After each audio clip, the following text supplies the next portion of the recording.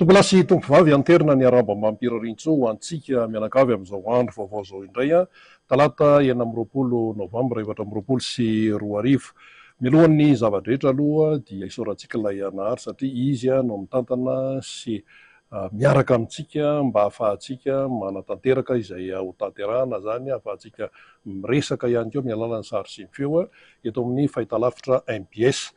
Ny miara-manonja tsy ahivina ihany fa afaka arahanao zany amin'ny alalan'ny YouTube sy ny Facebook. Eo ihany koa moa zany ny fanarahanao vantana ny fahitalavitra MBS ka dia izay mampetipety anao no ahafahanao manaraka an'izay miara-manonja izay. Ka eto dia na ny eto Antananarivo na ny manodidina na ny any amin'ny faritra na ny any am-pitan'ny ranomasina dia ananterantsika an'izay araba mba mipirarintso izay.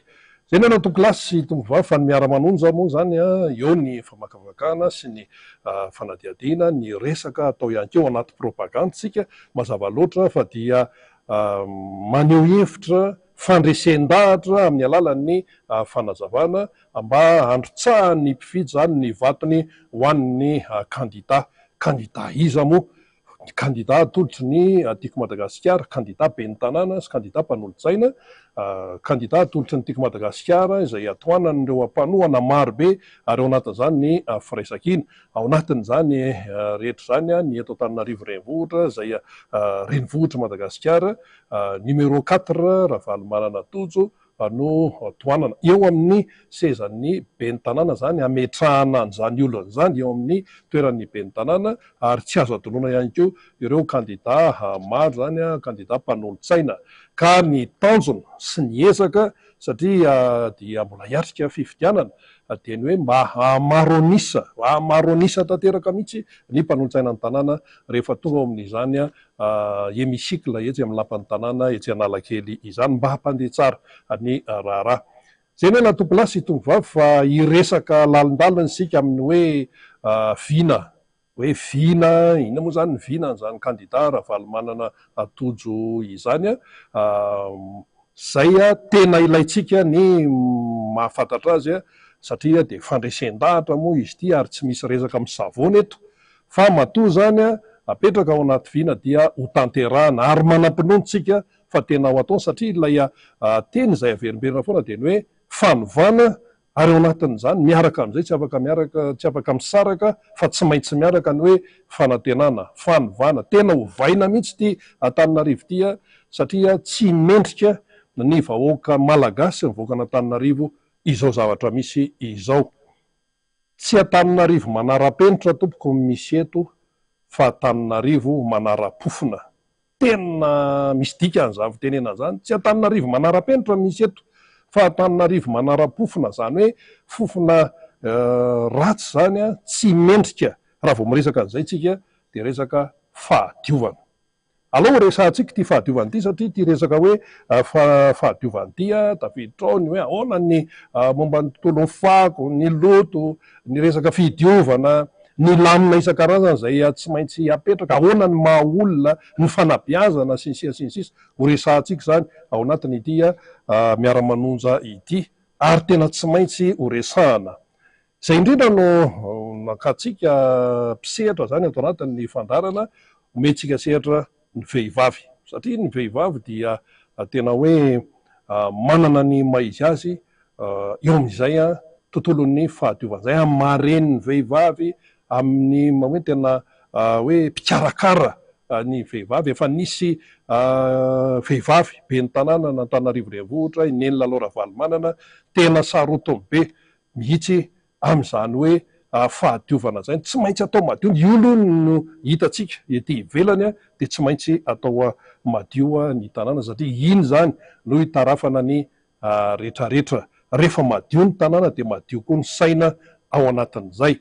Ka eto indrindra i madame Saloy, izy dia mpanolotsaina ny tanàna am-perinasa amin'izao fotoana izao zany hoe tamin'ny fitantanana ny tanàna amin'izao fotoana izao ary izy amin'ity indray mitoraka ity dia kandida mpanolotsaina ny tanàna atolotry ny tiako Madagasikara eto Antananarivo renivohitra, manohana ihany koa ny kandida ben'ny tanàna Ravalomanana Tojo ao amin'ny boriboritany faharoa no misy ny madame Saloy zany. Miarabanao tompoko. Miarabanao Rina ary miarahaba ny mpiaino sy mpanaraka n'izao fandarana miara-manonja eto amin'ny MPS izao. Iny ary ka iresaka fahadiovantsika satria izy tia dia nisan'ny tena hoe any amin'ny lohany any mihitsy amina hoe resaka hoe vina zany ho tanterahan'ny kandida Ravalomanana Atotso.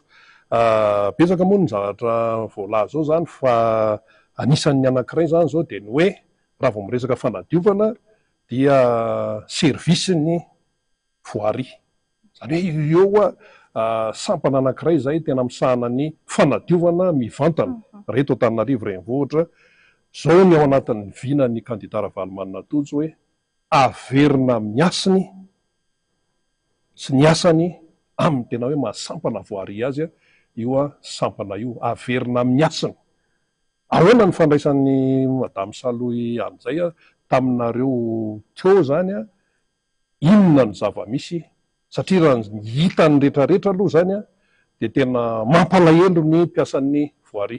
Nefa ireo no mikirakira ny lototsika, ny malototsika menakavy fa efa zahatra nisy teto nanao grevy, taran-karama, aiza le maha olona sy ny sisa omenanao ny faneho-kevitra momba an'izay.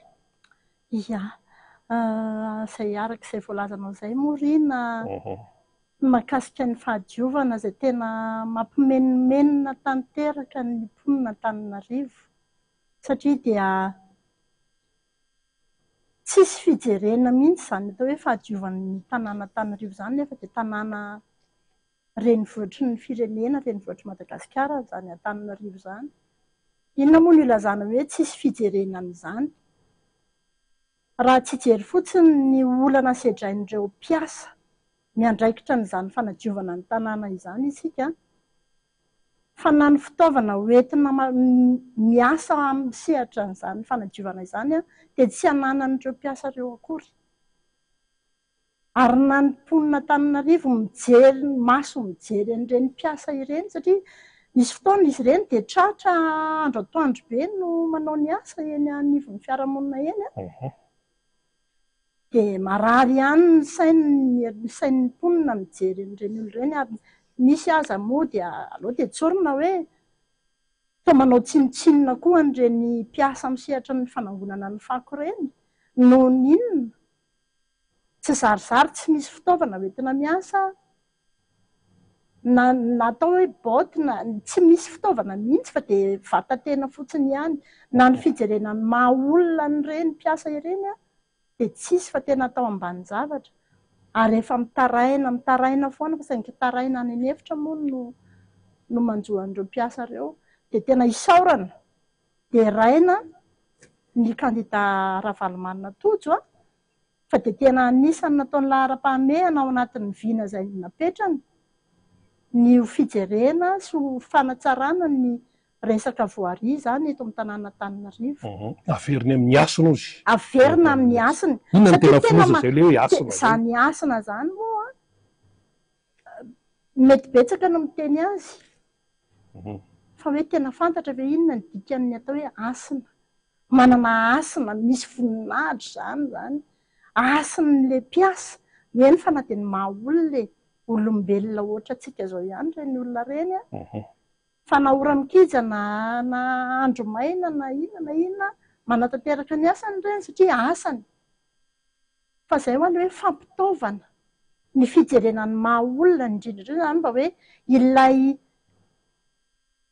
asa sarana natao nefa dia hitarainana fa tsy maharay karama, tara lava ny karama.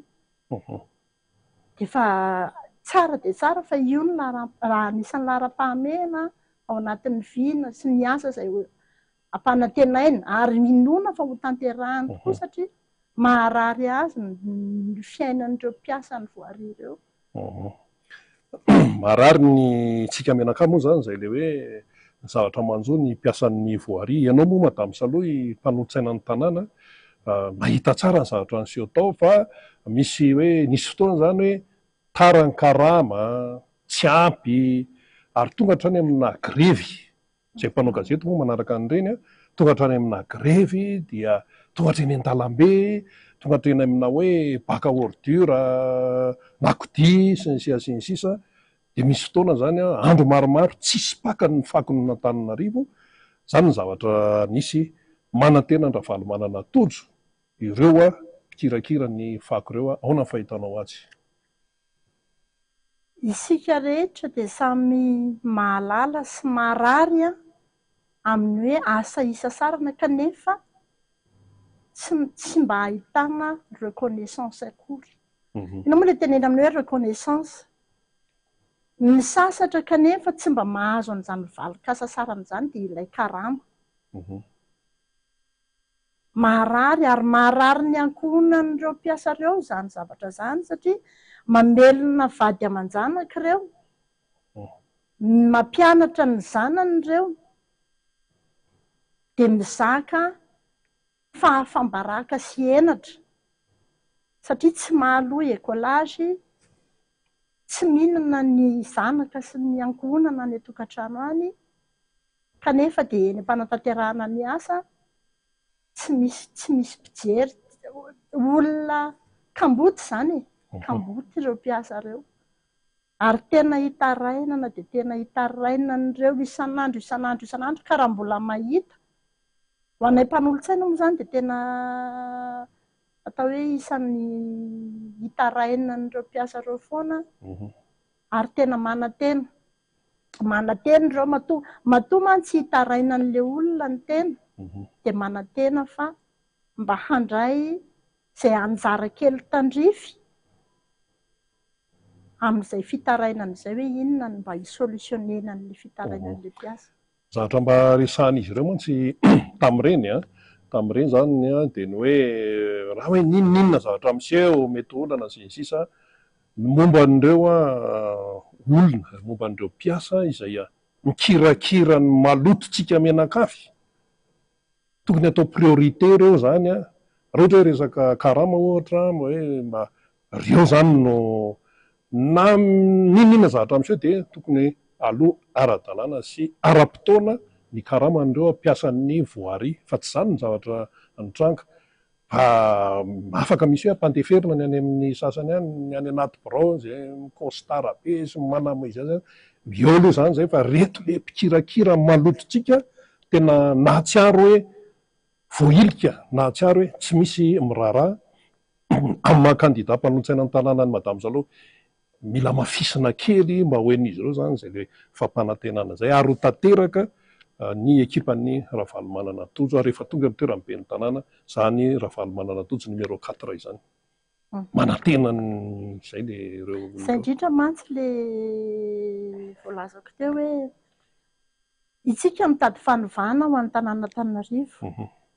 Tanàna no resahantsika raha izao loto. Na ny teny hoe loto aza angamba tsy mahalaza an'ilay zava-misy iainan'ny mponina Antananarivo intsony, fa asa hoe mety hitady voambolana hafa angamba ilazana azy tsika. Hatreto aloha tsy misy fa le miteny loto toa ohatrany tsy mahalaza azy intsony, fa raha hitady fanovana isika dia fanovana ngeza indrindra, tsy maintsy entina eto amin'ny tanàna Antananarivo dia ny fanalana ny loto mba ahafahan'ny mponina Antananarivo miaina anatin'ny fahadiovana. Tsy misy loto mitondra fampandrosoana zany, ny avy rehetrana zany tsy mitondra fandrosoana mihitsy, fa taratra anankiray hijerena ny fari-piainana ny fahadiovana. Marina fa tanàna mbola atao hoe mahantra isika, fa ny fahadiovana tokony ho zava-dehibe ary lahara-pahamehana. Na mahantra aza tsy voatery maloto. Izay mihitsy ilay izy. Ary eto dia misintona ny sain'ireo mpiasa misehatra ao anatin'izay fanadiovana ny tanàna izay. Matoa ny kandida ben'ny tanàna Ravalo Mananatojo mametraka io viana io ao anatin'ny lahara-pahamehana, tsy miteniteny fahatany, tsy miteniteny foana, fa tena viana any amin'ny loha-laharana mihitsy, hoe hamerina asina ny hasin'ny voaria. Dia ny dikan'izay mampanantena ary atenaina be dia be fa ho vita amin'izany satria maharary azy ho a ny mijery an'izay hoe tanàna n'Antananarivo renivohitra nefa dia toy izao ny loto iainana eto a izay tena miteraka tsy fahasalamana ho amin'ny mponan'Antananarivo. Zay moa fandray foana ny resaka hoe fahasalamana sy ny loto satria zareo otrikaretina sy ny mikroba dia tsy tia halala an'izany fa dia miditra soamantsara izy any amin'ny tenantsika any rehefa maloto ny tanàna. Fa hono madame Saloa, ianao moa mpanolotsaina ny tanàna teo a, kandida ianao amin'ity a, dia mba notaniako anao hoe misy an'ireo société, misy an'ireo société zany a izay voatonontonona foana. Misy zao ty le hoe société municipale d'hygiène na ny SMH a, dia misy ihany koa société municipale de gestion digitale na SMGD. Misy zany izy ireo amin'izao fotoana izao a, nefa ny zavatra hita dia tsy hita hoe mitondra inona fa maloto ihany le tanàna. Hoe misy hoe société municipale hygiène resaka fahadiovana zany sisa tsy ohatrany hoe resahana fotsiny fa tsy tonga any amin'ny olona ny tena asa, ary tsy mazava amin'ny olona akory ny filatsahany izany tapoka teo a. Raha ny ao anatiny hoe vinan'ny kandida Ravalomanana Tojo zao dia ny hoe momba n'ireny société ireny tsy maintsy anaovana fanadihadiana hoe inona marina moa no tena asany, mitondra inona, tena mitondra tombotsoa ho an'ny vahoaka ny Antananarivo ve sy ny commune ve sa ahoana. Miombon-kevitra amin'izay ve ianao amin'izay hoe tokony hanaovana fanadihadiana izay a, ahitana ny tena zava-misy marina, dia avy ao aorianan'izay manaraka an'izay andraisana fepetra izay tokony andraisana fepetra. Ie, atao hoe izay moa zany ny ambedi-tenin'ny kandidatsika hoe hitondra fanovana. Ka ny atao hoe mitondra fanovana dia tsy maintsy mijery ny zavatra rehetrarehetra, pitsopitsony rehetrarehetra amin'ny fitantanana tanàna izy. Ao anatin'izay mihitsy le hoe manao ahoana daholo moa zany ireto société communale ireo a, manao ahoana ny inona marina ny andraikitra ireo a, manao ahoana ny asa, ary indrindra ny hoe inona ny tena vokatra azo amin'izany mety ho an'ny tanàn'Antananarivo sy ny mponina Antananarivo ve ny fisian'ireo a na ny fiasan'ireo a, ary mitondra tombotsoa ho an'ny tanàna tokoa ve ireo société ireo. Dia izay le hoe tsy maintsy hisy ny fanadihadiana lalina mahakasika an'ireo société ireo mba ahafahana mitondra fanitsiana na mitondra fanovana ao anatin'izay société rehetrarehetra zay voatanisanao teo zay, mba ho tombotsoa an'Antananarivo sy ny commune, tena ho tombotsoa marina ho an'ny tanàna Antananarivo sy ny mponina Antananarivo. Dia rehefa vita moa zany zay ny azo antoka ihany koa dia hoe tsy maintsy hisy ny fandraisana fepetra, ary zay ny tena andrasan'ny vahoaka an'Antananarivo amin'ny kandida Tojo Ravalomanana. Izay moa ny fitantanana moa zany dia tsy maintsy misy izay hoe andraisana fanapahan-kevitra entitra izay, satria atao inona moa ny isian'ilay atao hoe fanadihadiana. Fa rehefa misy ny zavatra tsy mety, tsy ahitana vokatra, tsy hananan'ny tanàna Antananarivo tombotsoa sy ny mponina tombotsoa, dia tsy maintsy misy ny fanapahan-kevitra ho raisina mifandraika amin'izay vokatry ny fanadihadiana izay ho atao izay. Ary ho ataony ny kandida Ravalomanana Tojo. Ho ataony kandida zany zavatra zany. Ary zay koa moa no tadiavin'ny rehetra zany a, mila an'izay tena hoe fandraisana fanapahan-kevitra izay, ary tena hoe mba hitondra tombotsoa ho an'ny vahoaka an'Antananarivo. Izay ny fanapahan-kevitra raisina eo a. Fa ny tena anisany lehibe ihany koa madame Saloa dia ny filazan'ny kandida Ravalomanana Tojo numéro 4 kandida ben'ny tanàna eto Antananarivo ny amin'ny hoe fampandraisana anjara ny rehetra. Azo dia hoe isaky ny quartier mihitsy ozy a dia mila miara-metana. Nefa fampandraisana anjara zany no tonga saina mahatsapa ny olona rehetra, izy keo tompon'andraikitra amin'ity le hoe fahadiovana ity. Ahoana ny fahitany madame Saloa ihanyzay le hoe fampandraisana isaky ny quartier eto Antananarivo. Izay atao hoe fampandraisana anjara zay eny amin'ny mpanaovana fidinana ifotony eny a, nareo zao rehefa voavany teo. voavy nanao fidinana moa zay, nanao descente moa zany zay teo. Mhm. Eny am-pandehandianana eny a, ny ambety tenin'ny candidat Ravalomanana Tojo a, dia ny hoe ampio aho ahafahako manampy anareo. Tsy izaho rery ihany no mitondra ny fanovana fa isika no miara-miasa. Zay ambety teny, tena ambety teny a, satria tsy mametra tena fa mahavita irery ny candidat Tojo Ravalomanana ao anatin'izao adidy masina izay hoentiny ho an'ny tanàn'Antananarivo izao, fa hametraka ilay atao hoe fifanabeazana.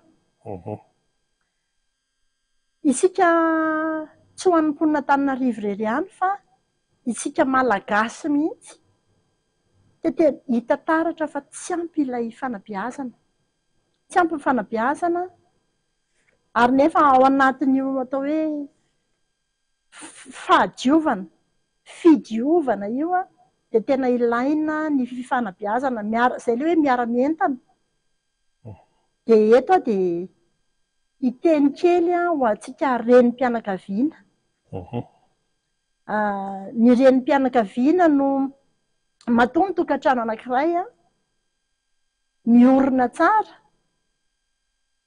ary atao hoe mba anisan'ny tokantrano hoe tena mba tafavoaka tsara amin'ny lafim-piainana rehetrarehetra, dia ny renim-pianakaviana no atao hoe anisan'ny nanana andraikitra goavana ary nahatanteraka ny andraikitra sy ny adidiny tao anatin'izay ankonana izay. Dia eto izany dia mba misintona antsika renim-pianakaviana foana hoe hiara-entana araka izay viana izay isika mba hifanabe, hitondra fanabeazana, mikolo manabe eny anivon'ny ankohonana, ary indrindra handray anjara mavitrika eny anivon'ny fiarahamonina. Fa ilay viana iverina kely anatin'ilay vianan'ny candidatsika, miara-mientana hoy izy, dia izay eny anivon'ny quartier, eny anivon'ny fokotany, eny anivon'ny fokotany eny miara-mientana, izay ilay hoe fanabeazana, teneniko hoe manabe ny olona mihitsy mba ho tia fahadiovana. Fa rehefa madio tsika mandroso foana. Tonga dia efa notaniana mifandraika amin'izay tenen'i madame Saloha izay hoe ahoana ny fahitanao, mimpanan-kivy moa izany, manan-kivy eny foana izy alao izy hoany, fa ilay vahoakan'Antananarivo hoe mora-beazana ihany. Président Marc Ravalomanana mantsy ny teny foana matetika hoe vahoakan'Antananarivo izany tompoko dia vahoaka endry. Ka isika hiditra ao anatin'ilay hoe fanabeazana ny olona mba adio, mba ho tia fahadiovana sy ny sisa izay tsy nataon'ny sasany moa izy matoa izao ny résultat. Rehefa tonga eo Ravalomanana Tojo, ahoana ny fampiarana sahady, fahitantsika sahady dia n'izao hoe izay hoe Antananarivo vahoaka malagasy ho tia fahadiovana izay, tsy manarinary fako etseri intsony, tsy manarinary maloto any anaty kanalina, ny lakan-drano sy ny sisa. Io koa afaka resahana ny resaka lakan-drano sy ohatran'izay. Ty rano be an'Andravoahangy isaky ny avy miorana sy ny sisa ty. Ao anatin'izay le hoe hanaben'ny mponin'Antananarivo izay, ny fanabeazana dia tokony miainga voalohany avy any amin'ny mpitantana. Zay. Mpitantana ny voalohany. Manome modely tsara. Manome modely tsara. Fa inoko fa tsy sarotra ny manabe ny mponin'Antananarivo. Inoko fa tsy ny mponin'Antananarivo ny tia miaina ao anatin'ilay loto ka hoe tsy hanaiko beazina, fa miainga avy any amin'ny mpitantana izay atao hoe modely, no atao modely dia manaiky beazina ny mponin'Antananarivo. Tena inoko izany. Tsy misy olona tia miaina ao anatin'izao loto izao ka hoe ho beazina izy, ho tia fahadiovana dia tsy hanaiky sy hanaraka. Fa mila kosa mpitantana azo alaina tahaka tsika.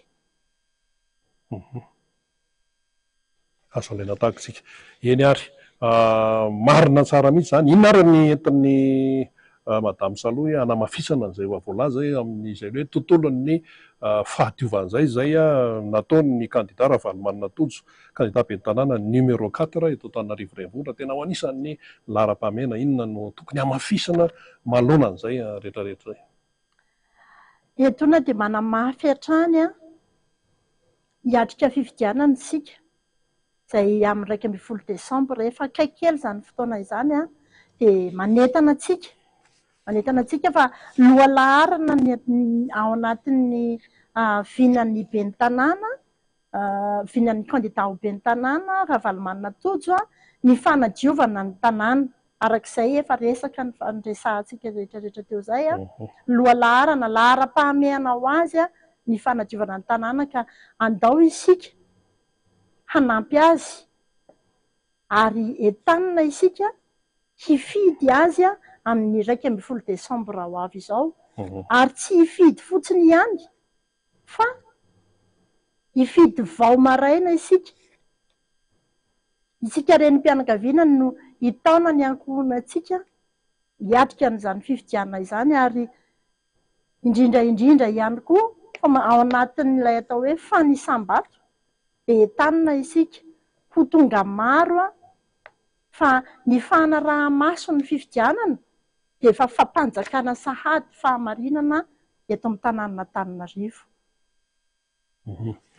Iny ary isaorantsika i madame Saloa hitondra an'izany fanazavana sy fanentanan'izany ho antsika menakavy, satria moa tia Antananarivo ity renivohitra Madagasikara dia nasiana resaka manokana ny momban'ny fahadiovana, satria io dia tena anisan'ny vaindondra raha ao anatin'ny vina izay hoentin'ny candidat Ravalomanana Tojo numéro 4, satria raha tsy mipetraka amin'ny fahadiovana rehefa maloto koa ny tanàna madame Saloa dia maloto ny saina.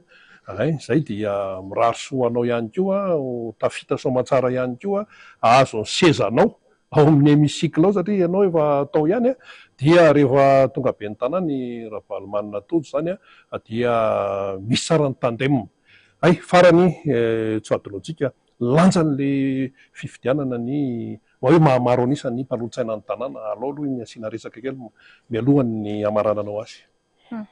Averimberitsika foana fa ity fifidianana indray mandeha ity dia fifidianana scrutin de liste no filazantsika azy izany hoe lisitra iray ihany ny ben'ny tanàna sy ny mpanolontsaina.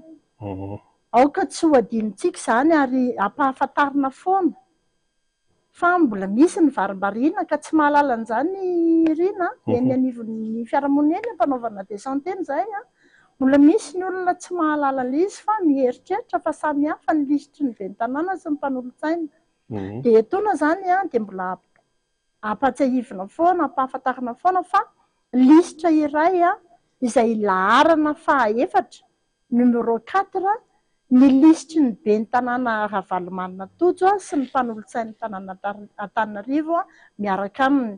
Izany hoe fifidianana iray ihany no ampandaninina ny ben'ny tanàna sy ny mpanolontsaina miaraka aminy. Ilaitsika ny mahamaro anisa ny mpanolontsaina izay lany miaraka ny ben'ny tanàna antsika, satria inona no antony? Raha ambany ny vato azontsika ao anatin'izay fifidianana izay dia vitsy ny mpanolontsaina tafiditra lany miaraka aminy. Mila ananantsika nefa ny maro anisa ahafahana miasa, ahafahana manatanteraka isana seza, isana plasy zany no ilaina. Zay no ilaina amin'le salanisa ambony amin'ny voka-pifidianana, amin'ny vato izay ho arotsakitsika ho an'ny ben'ny tanàna sy ny mpanolontsaina. Ilaina maro anisa ny mpanolontsaina ho teo mba ahafahana, satria tsy maintsy miditra ao anatin'ny any amin'ny conseil foana, zany hoe any amin'ny filakevitry ny tanàna zany ny asa rehetrarehetra izay ho tanterahan'ny ben'ny tanàna dia fanapahana ao amin'ny conseil.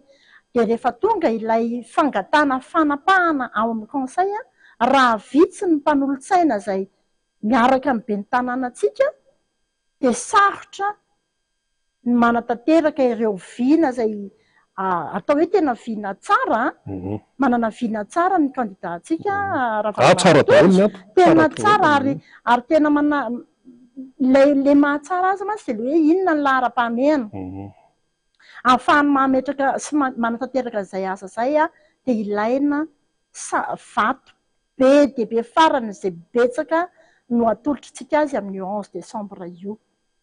Eny ary isaorantsika i madame Saloa hitondra zany fanazavana zany sy ny fanentanana ihany koa zany fa dia mazava ny resaka eto fa dia maraina tandro hariva alina dia tojo zay no atao anatin'ny loha rehefa teo any amin'ny fahadiovana zay zany satria zay no nazavaina teto tsy mendrika Antananarivo le maloto fa aleotsika mba adio mba adio io tsy hoe resaka hoe mahantra dia hoe tsy maintsy hoe maloto diso be zany fa tena ilaina ny mpitantana, ilaina ny be ny tanàna tena mitondra ny vahoaka zay hoentiny any amin'ny fahadiovana. Le fahadiovana mantsy teny goavana be io, misandrahaka be zay resaka fahadiovana zay eo ny fahadiovana hita maza, fahadiovana any amin'ny fitantanana, fahadiovana eo amin'ny toe-tsaina, fahadiovana amin'ny tontolo iainana sy ny sisa misaotra anao madame Saloa.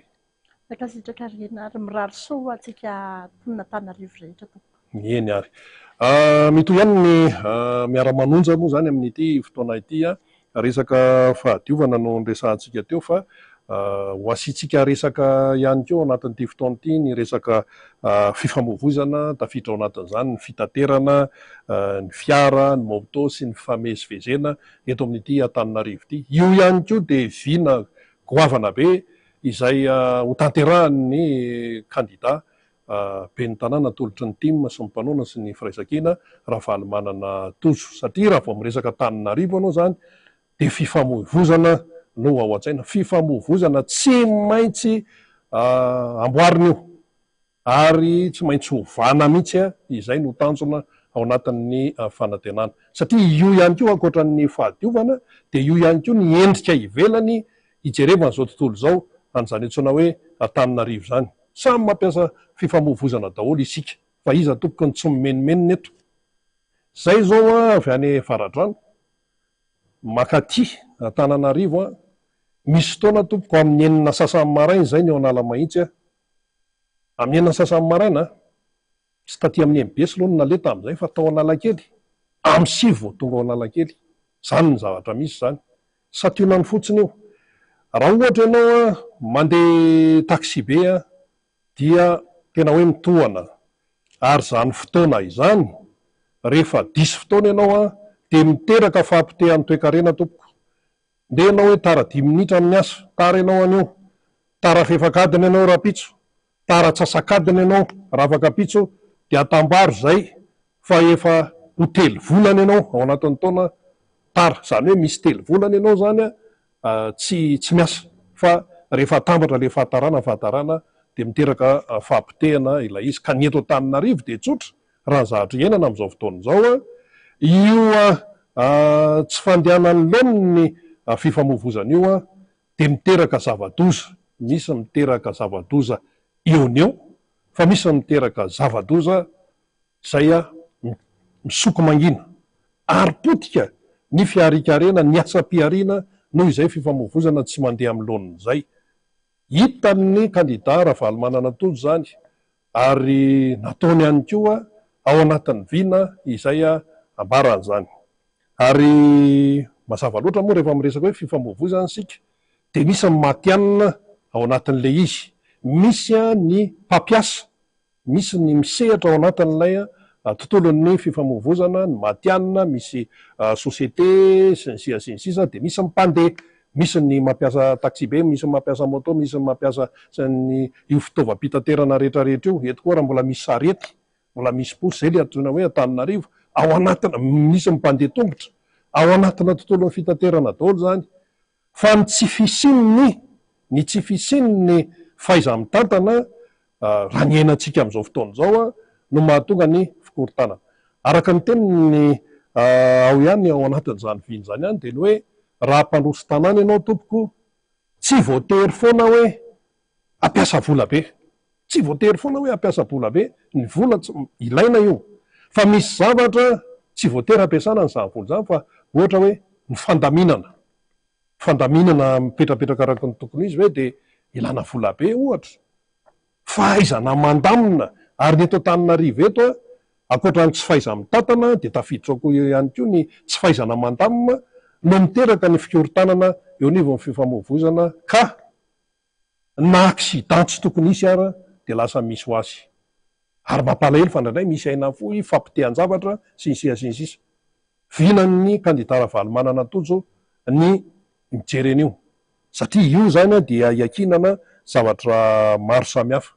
Miresaka sika hoe misy matianina mpitatitra olona, mpitatitra ao zany ohatra hoe ny UCTU fantatsika tsara ao amin'ny fitateran'olona zany misy ihany koa ny FMA, resaka fitaterana daholo zany rehetrarehetra zany dia mila fomba fiasa tena hoe mety eo anivon'ireo sehatr'ireo, fiaraha-miasa no atao, tsy hoe apetraka ny fotsiny ireo UCTU na ny FMA reo de manao zay ataony any izy, fa tsy afa-misaraka ireo amin'ny taterina, tsy afa-misaraka amin'ny mpitatana ny tanàna Antananarivo. Mila zany ilay antsoina hoe tandem mba hitovy tsara ny longueur d'onde hoy isika de mandroso ilay izy, fa ny zava-misy amin'izao fotoana zao de tsy mety sy manahirana, satria misy ny tena misehatra eo amin'ny resaka fitaterana, fampiasana ny famoivoizana de ohatrany hoe samy maka ho azy, ka raha samy maka ho azy de inona moa zany no vokatra ho azy eto? Tsy misy vokatra tsara ho azy eto raha samy maka ho azy, nefa fifamoivoizana ny resaka. Raha vao miresaka ianao zany hoe fifamoivoizana de tsy maintsy misy fampifehezanao, fa tsy zany no misy eto Antananarivo. Nisy vahiny tonga teto, betsaka moa vahiny tonga eto, de zao no teneniny tamin'ny tenanay, misy lalàna fifamoivoizana ve eto Antananarivo? Fa rehefa nitondra fiara teto lasa dala, ataontsika ao anaty faranjokisosana le fitenena hoe lasa dala, tsy hoe lasa dala hoe ahoana akory, fa ny tiano tenenina de ny hoe tena sahirana, ao ny tsy fanajana lalàna, ao ny tena hoe fisavoritahana, de nefa rany tsy nety nitondra intsony izy fa naka mpamilina, naka chauffeur, fa tena ary io miteraka stress, fikorontanan-tsaina. Tsy avelany ny kandidara valomanana tojo mbola ohatran'izany ny fiainany fifamoivoizana eto amin'ity Antananarivo ity. Ao moa zany ny fitaterana, tafiditra ao ny fiara, ny moto, fivezivezena, ahoana momba ny moto sy ny sisa, hojerena daholo zany, ary tsy maintsy hojerena, ary azo antoka fa ho tanteraka.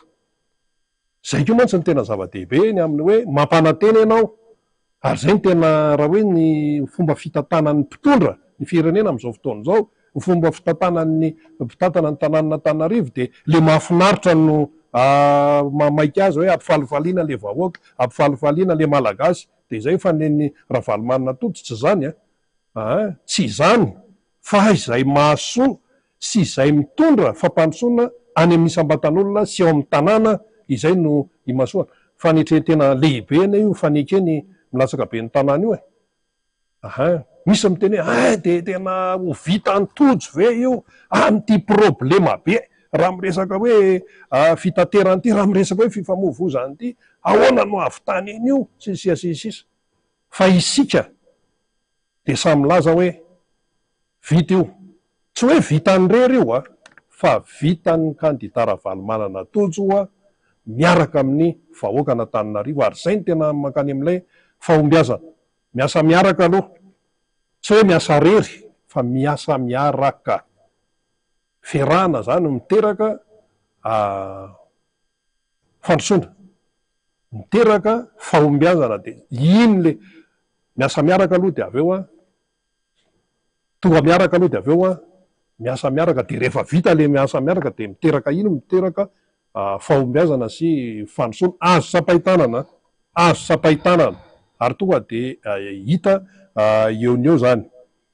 Raha hoe hidirana ny kipitsipitsy, ahoana ny resaka parking, ahoana ny resaka société isan-karazany, io zao vao resaka indray le SMGD, efa tany amin'le fahadiovana izy vao resahana teo niaraka tamin'ny madame Saloy teo de raha vao ato amin'ny fitaterana de vao resaka ihany keo izy de ahoana ny efa ran'ireny izy park reny io resaka fitaterana resaka parkina resaka le fanasazina ny tsy mpanara-dalàna sy io tsy maintsy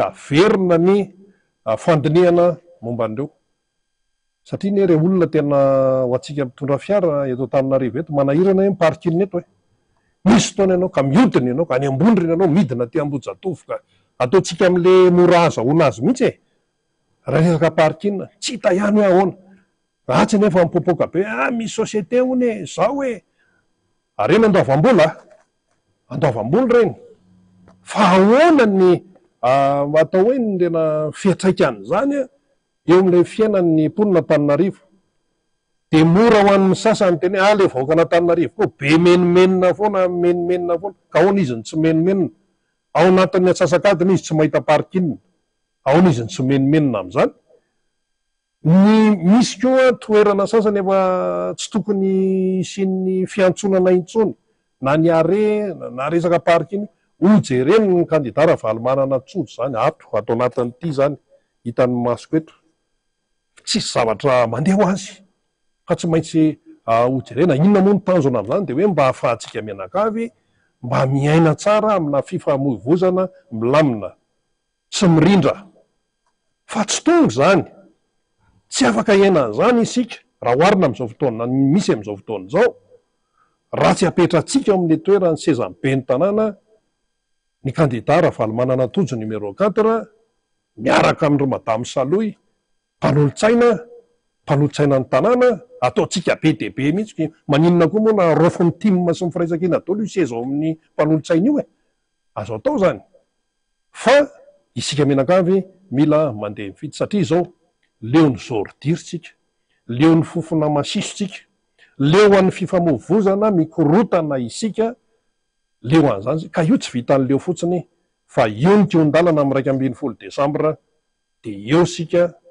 no maneo ny fanapaha-kevitritsika le fanapaha-kevitra ny isika vahoaka ny tompony isika ny tompony fanapaha-kevitra hoe ametraka amin'ny olona zay tiatsika everitsika fa homendrika eo amin'ny sezany be ny tanàna amin'ny komunina rehetra manerana ny Madagasikara de hoy isika hoe ny kandida atolotry ny tiako Madagasikara sy mipanohana misy tsy tiako Madagasikara fa manohana ny kandida ny timma de eo ihany koa ny firaisakina izay no heverina fa avitan'io izay no heverina fa tena afaka anovan'ity Antananarivo ty matony hoe fanovana ny resaka teneniny eto ho an'ny kandida Ravalomanana Tojo sy ny fanantenana de zay no hita fa hoe tadiavina tsy hoe amboamboarina fotsiny fa nisy an'ity teo de hoe andao amboamboarina na ohatra zany de okitiana kely atsy na okitiana kely atsy fa ovana mihitsy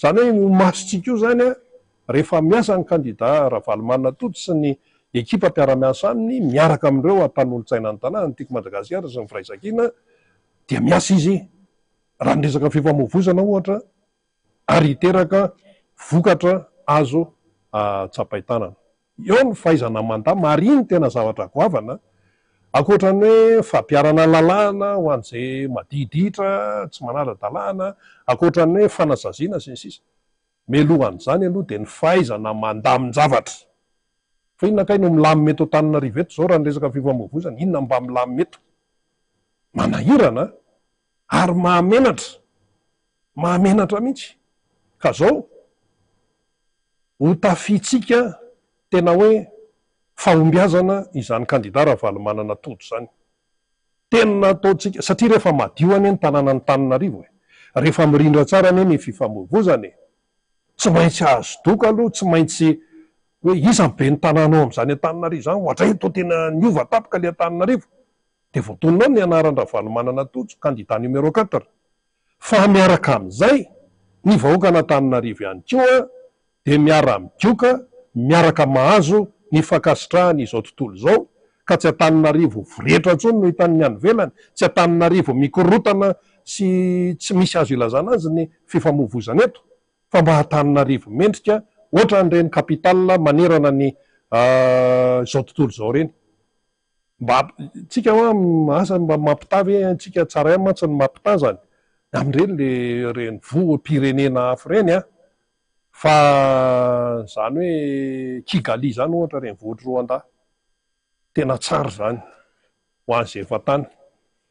Amin'ny serasera avoleta moa no ahitana an'ireny. Etsy Maurice fotsiny, Port Louis zany, tena milamy zany nefa nosy kely zany, mbola kely noho itsika, ohatra ny eto tonga etsy Manjakandriana ny ingezan'izany, fa mahafinaritra zany. Betsaka e, za tsy teniny eo Afrika Atsimo, fa efa lasa lavitra be. Ny etsika eto, mifangaro eto, tsy hoe ny akosan'ny vorona intsony mifangaro eto, mifangaro tsy hita hoe izy ahoana. Ary Antananarivo ka tsy adinoantsika, fa tsy hoe ny olona mipetraka sy miasa eto ihany mampiasa an'ilay antsoina hoe Antananarivo, fa ny avy any amin'ny sisiny ny périphérique dia mampiasa an'ity tanàna Antananarivo ity. Zay zao anisan'izany. Zay avy any avaradrano fa eto no aty amin'ny 4e arrondissement no miasa dia ohatran'izay. Olona matapitrisana isan'andro mifamezivezy eto mampiasa fitaterana. Ka rehefa tsy hainy mandamina an'izany dia miteraka zava-doza. Fa soa ihany fa misy an'ilay tsy foana akory ny fanantenana ho président Marc Ravalomanana, fa io Ravalomanana tojo dia hoy zay hoe araroty keon-dalana io ho atsika zay leo fikorontanana, ho atsika zay lina filaminana sy firindrano ny fifamoivozana. Dia hoy zay hoe fidio Ravalomanana tojo, larana faefatra vidina ho be ny tanàna io ary eo ihany koa ireo mpanolotsaina ny tanàna atolotry ny tiky Madagasikara sy ny firaisan-kina, dia io izay ilay fahatongavanao fidy zay aza mipetrapetraka fotsiny any an-trano any, fa ilay fahatongavanao fidy zay ianao mihitsy ny vatantenanao mila tonga mandrotsaka an'ilay vato numéro 4 reto Antananarivo, ary mandrotsaka an'ilay vato any candidatim manerana amin'ny Madagasikara. Izay no azo antoka, izay no anala an'ilay fisalasalana. Misy mantsy misalasala ny ambadibadika any, hay dia ahoana ihany fa sode ty tsy resaka sode zany, fa ty tonga dia azo antoka mihitsy fa tena hoe hiasa ary hitondra soa ho an'ny besinimaro zany ny izay resaka zay hoe rehefa tonga amin'ny toerany be ny tanàna ny kandida Ravalomanana tojo. Misy an'ireny kipitsipitsony ireny amin'ny tontolon'ny fitateranao, indraindray ohatran'ny mihisatra be ny fanaovana taratasy sy ny sisa. Reny hoe mihisatra ny fanaovana taratasy reny misy fiantraikany ratsy reny amin'ny fandrarana. Ny mpandrarana mahay an'izany tsara, fa rehefa miraikiraiky eo ianao dia ny olona lasa ihany. Dia zay no anisan'ny mampalaza antsika amin'izao fotoana izao. Raha ny tontolon'ny fitaterana, anao taratasy ianao dia eo aloha dia miodikodina eo, dia nefa ny fotoana mandeha ihany. Dia zany rehetrarehetra zany tsy maintsy hojerena daholy, ary anisan'ny atao anatin'ny vinana zany tontolon'ny fifamoivozana sy ny fitaterana zany. Tsisy resaka teleferiky zany ato, fa ny eo aloha no tsy maintsy atao zay apety azy. Misy inona eo, misy taxi be eo, misy trottoir eo, misy tontolon'ny parking eo, misy taxi eo, misy moto eo, misy taxi bisikileta eo, ery Anosy be ery feno. Zany rehetra, misy sarety eo, zay mampiasa fifamoivozana rehetra dia tsy maintsy hojerena daholo. Zay aloha ilay zavatra misy, fa tsy hoe dia ampanantena ampanonofony malagasy ny amin'izao aloha. Zay aloha ny tsy maintsy vahana ny olana. Zay aloha ny tsy maintsy vahana aloha ny olana zay efa misy fa rehefa tsy voavahanao ny olana zay misy fa milasy ianao mitady zavatra hafa dia tsisy fandrosoana vanona manoloana an'izay. Zay zany no atao hoe fanentanana sy fanazavana tamin'ity miara-manonsy ity, no ezahantsika hoe mora azontsika menakavy le izy ho fampandanitsika ny kandida ben'ny tanàna sy mpanolotsaina atolotry ny tiky Madagasikara sy ny firaisan-kina manerana Madagasikara, sy ao anatin'izany ny fampandanitsika ny kandida Ravalomanana tojo numéro 4 mba ho apetratsika eo amin'ny seza be ny tanàna ny kandida Ravalomanana Tsoto eto Antananarivo renivohitra. Io tsy ohatran'ny resaka PDS hoe tonga de tendrena de hoe eto anao tsy zany, fa ny vahoaka maro anisa no ametraka n'ilay olombelona tsona hoe Ravalomanana Totso eo amin'ny sezan'ny ben'ny tanàna eto Antananarivo renivohitra, satria io olona io Ravalomanana Totso io no azo antoka fa ahatanteraka ny vina izay ho teneniny. Propagandy ane zany zay no atao anatin'ny propagandy, fanazavana de fandresen-dahatra mba handrotsahany olona vato ho an'ilay kandida. Zay no atao hoe propagandy, fa tsy lanina ny fotoana hafa ary ny fotoanan'ny propagandy zay voafetrany lalàna. Mandeha be ne zao le fotoana, androany zao tsika efa firy efa 9 Novambra sady, nefa tamin'ny 7 Novambra ny nanomboka amin'ny propagandy, mandeha be le fotoana. Tsika tsy resaka zay ataon'ny sasany avany azy laniny amin'ny fanenjehan'olona zay nanazy any zany, lao azy any za fa ny tsika de zao hoe iza no mendrika hitatana Antananarivo sy hitondra soa ho an'Antananarivo, iza no mendrika eo amin'le seza ny ben'ny tanàna tsotra ny valiny Ravalomanana Totso, de arotsainy vatony numéro 4 na laharana faefatra amin'ny 2 Desambra, de vao tonga amin'ny maraina de mirodorody daholo mandeha mifidy mandrotsaka an'le numéro 4 laharana faefatra number 4 amin'ny teny anglisy ho an'izay tia mititian'izany teny anglisy teny vahiny zany, dia milahatrotsika ataotsika tsara ny adidy andraikitra amin'ny firenena, de avy eo tsika tiany tena zava-dehibe ambenana tsara mailo ozy président Marc Ravalomanana fa ny ratsy tompoko de tsy kely lalana